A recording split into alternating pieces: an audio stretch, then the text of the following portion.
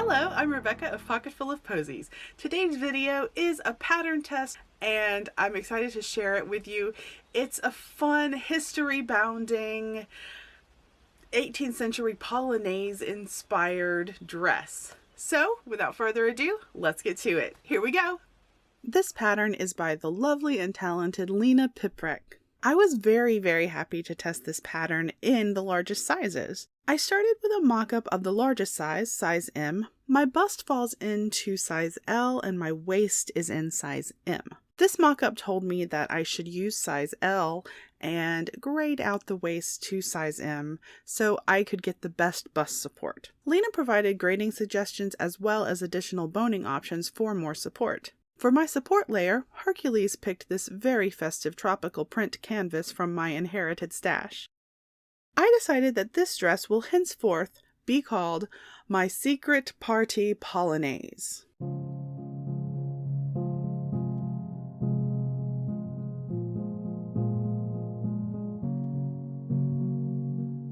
My outer fabric is a burnt orange linen left over from my medieval fantasy gown. I marked my boning channels on the canvas layer.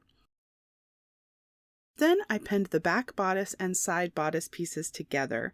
I repeated the process on the outer fabric pieces.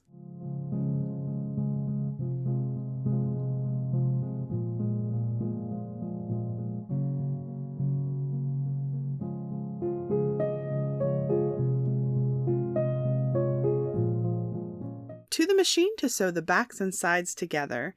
You can see I started with a 1/4 inch seam allowance at the waist and tapered up to 5/8 inch seam allowance at the top. I did that on all of the bodice seams. I clipped the curved seams before ironing them open. The two back piece layers are sewn together at the waist.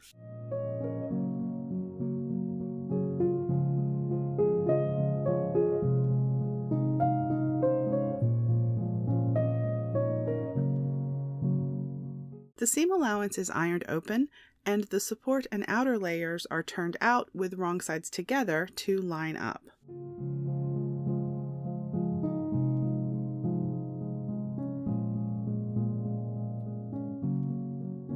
The raw edges are basted to keep the layers in place before boning channels are sewn and boning is inserted.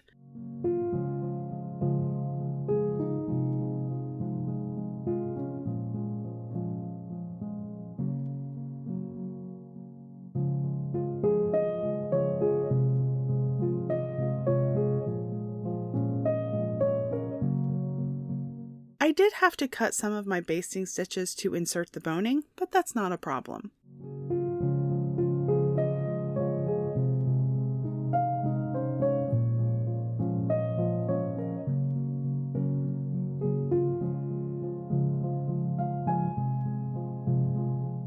The front support layers and outer layers are lined up right sides together. They are sewn along the waist and center front edges.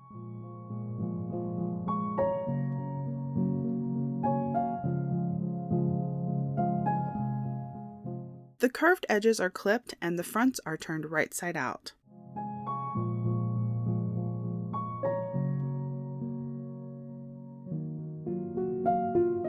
Like the back, the raw edges are basted before sewing boning channels.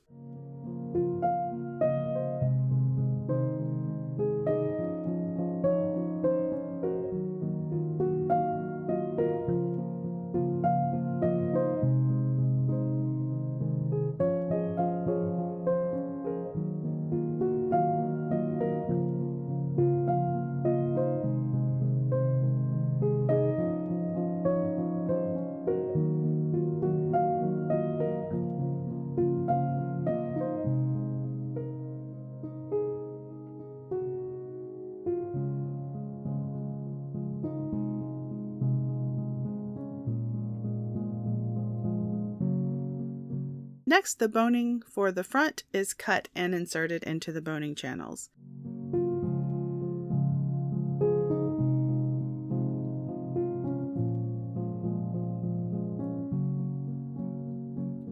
This pattern uses metal grommets for closure at the center front, so I used my awls to get started before using my grommet press.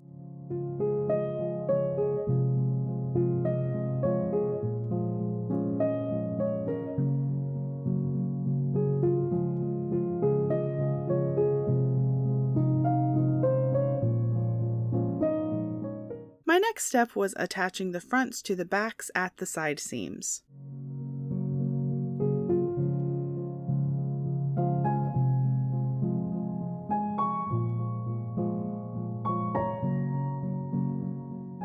I did a quick try-on before adjusting the boning and binding the neckline and arm size.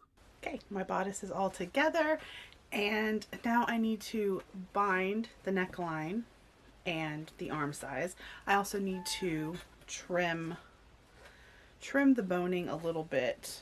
I left it a little long just so I could fit it, and then I'm going to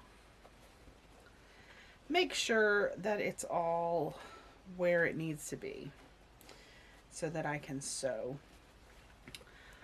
I'm probably going to do the binding by hand, and however, I don't have any bias tape that I like with this color, but I do have this green twill tape. So I think I'm going to use this to bind. That will work. It won't be quite as wide as the bias tape, but I think it will look good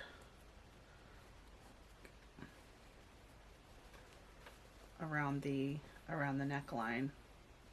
And twill tape is good. It's pretty flexible, so I think that green is going to look good with this. So off we go.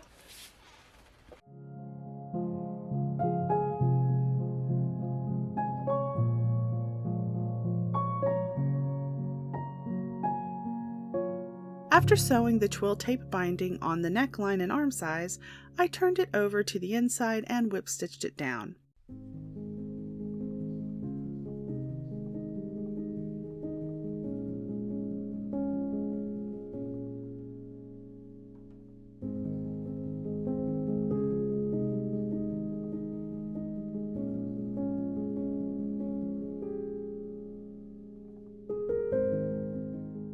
Onto the skirt. I chose to make my skirt longer than the pattern length. That was just personal preference. I made mine 36 inches long. To get a straight edge, I cut into my linen and drew a thread cutting along that line.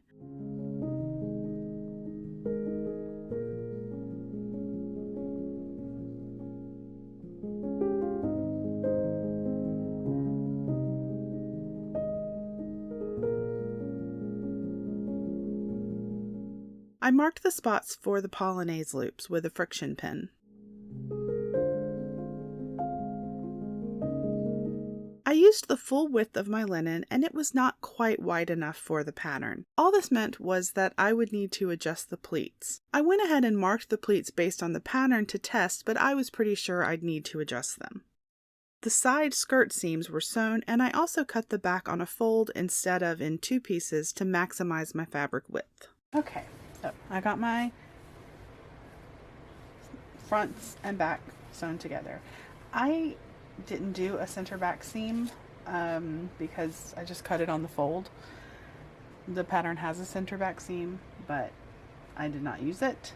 So I went ahead and zigzagged the top of the bodice.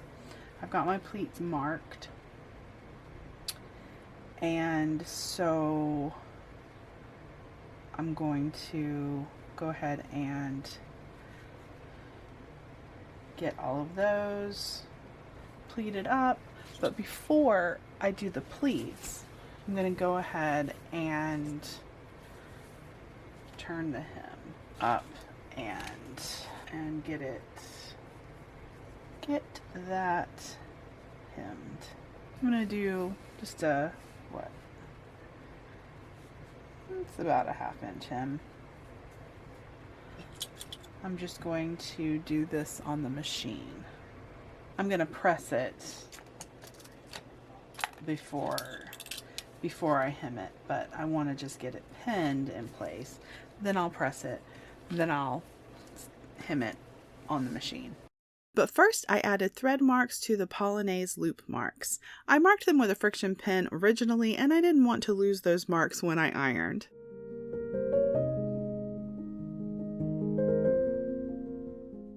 After hemming, I started pleating the skirt to the bodice, and I did have to adjust the pleats to fit.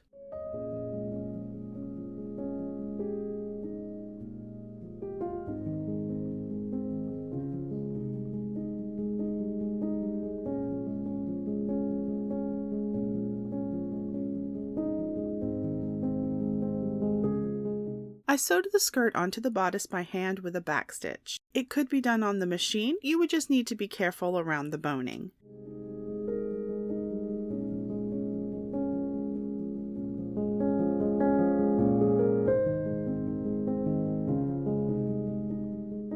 I removed my thread marks for the Polonaise loops and made thread loops.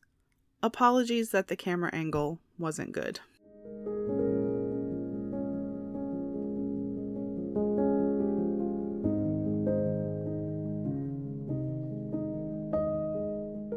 Finally, I attached twill tape ties at the waist at the marks and pulled them through the thread loops to bustle up the skirt. I think this dress is really cute.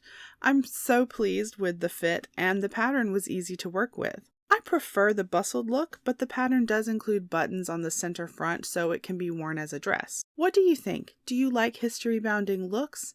Let me know in the comments. This dress is pretty versatile, I think. I can see myself wearing it to the Ren Fair or to Hobbity outings.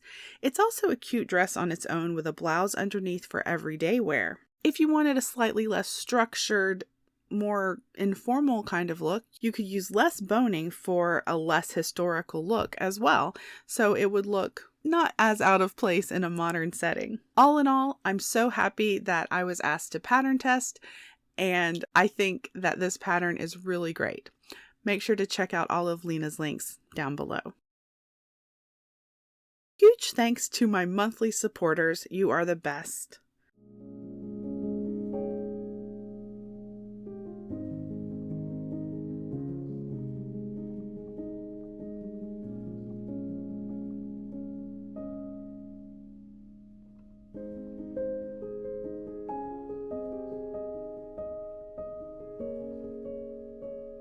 Thank you so much for watching. I really appreciate you spending your time with me. If you enjoyed this video, give it a like, subscribe if you haven't, and if you'd like to be notified whenever I upload, you can hit that little bell icon.